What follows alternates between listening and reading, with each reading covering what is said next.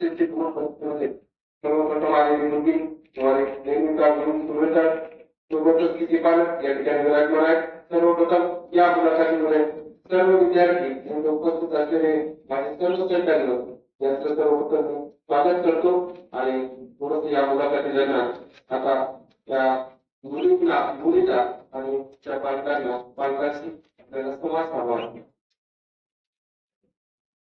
सर्वप्रथम एसएससी मार्च 2024च्या परीक्षेमध्ये 93.20 एवढी टक्केवारी मिळवून ती मुलगी आपल्या साईबाबा हायस्कूल मार्गावर प्रथम आलेली आहे.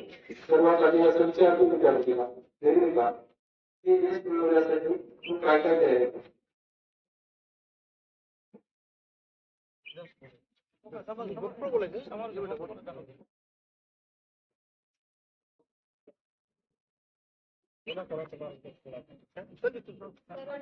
सर्वप्रथम धन्यवाद सर ते माझा इंटरव्ह्यू आयोजन केल्याबद्दल.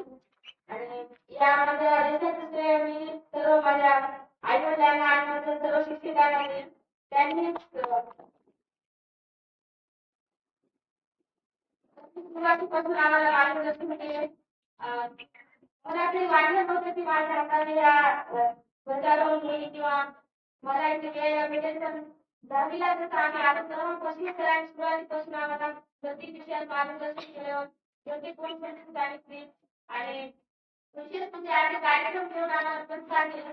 ज्यावेळेस गेल्या वर्षी टॉपर पुरस्कार मिळाला तेव्हा असं तेवढं वाटायचं की आपण पुढे जावं आणि आपण प्रयत्नांची आनंद करावं.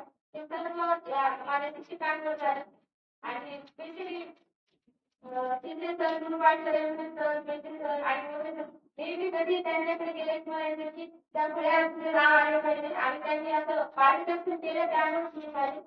त्यामुळे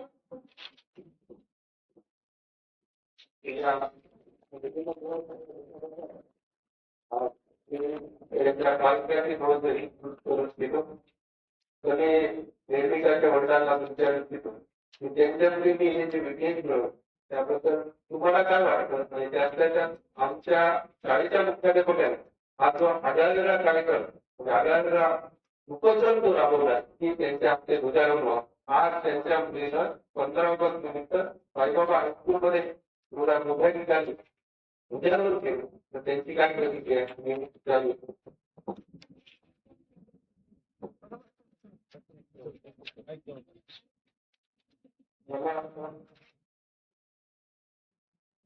आपल्या काहीतरी घडावं त्या उद्देशामधून विचार देशमुख आहे आपल्या बाळाचे मुख्यमंत्री कार्यक्रमामध्ये त्यांनी हे भाषण केलं.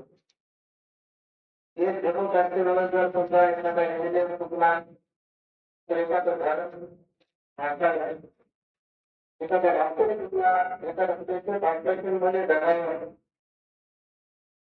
पण इतके काही समाजामध्ये अतिशय महत्वाचा असणारा घटक आहे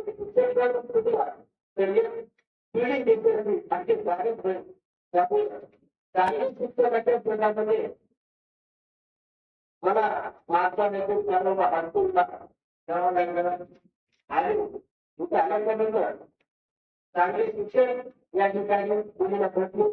तिने संपादन करून पुन्हा तिला एसएन कॉलेजला सायन्स टाकलेला आहे. आता तिचा शासकीय मुलींच्या हायस्कूलला सुद्धा नंबर राहिलेला आहे. अतिशय आनंद किंवा आपण ते करून राहू चांगल्या प्रकारचे फार मिळाले आहे.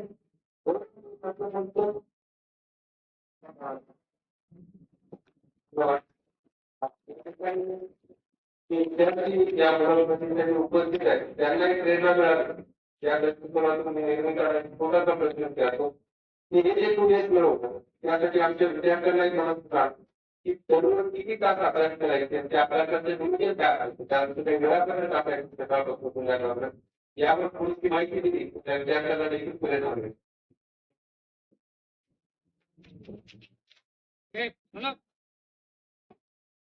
सर्वांना मी एवढंच म्हणेन की आदर्शमध्ये चाटुकडी सेवा काही म्हणजे मी काही दररोज असं साधन केला नव्हता. दररोज फक्त 2-3 तास साधन करायचे किंवा ते कधी करायचे खेळत बसायचे. पण आदर्श सातत्य ठेवायचं आणि आपले शिक्षक ते आपल्याला इतर मदत मटेरियल देतात, सराव टेस्ट घेतात आणि सेमिनारच्या टेस्ट असतात त्या सगळ्या कॉल करायच्या. त्या त्याच्या शिकवणी असतात ते शोधायचे आणि सरांनी जेवढं सांगितलं तेवढंच करायचं. बाकी काय नाही. मला एवढं सांगून द्यायची की मी शिक्षकांनी मला 12 दिवसाला शिकायला विचारलं जे काय टक्केवारी आहे ती संपूर्ण आहे शिक्षकांकडे. पण तेवढंच नक्की सातत्य ठेवा आणि अभ्यास आणि आता सांगितल्याप्रमाणे की आपल्याकडे आठवडी परीक्षा होती त्या मुख्याध्यापकाच्या संकल्पनेत त्याचा किती प्रभाव असतो हे दहावीच्या विद्यार्थ्यांनी विसरता काम. आता मी अपेक्षा की आता जे मुख्याध्यापक बोलत नाही यांना थोडासा प्रश्न विचारू इच्छितो. प्रत्येक वर्षी आपल्या एसएससी बोर्डातून प्रथम येणाऱ्या विद्यार्थ्यांना 15 ऑगस्टच्या स्वातंत्र्य दिनाच्या ध्वजारोहणाचा मान द्यावा ही संकल्पना त्यांच्या डोक्यात आली होती आणि आणखी विद्यार्थ्यांना प्रेरणा मिळावी या दृष्टिकोनातून त्यांच्याकडे नवीन उपक्रम काय आहे तर त्यांना विचारपूर्वी त्यांनी यावर थोडासा प्रयत्न केला. तर मी जो प्रश्न विचारला की ही संकल्पना कोणत्या कशा प्रकारे आहे तर मी माझ्या डोक्यात 2 प्रश्न होतो.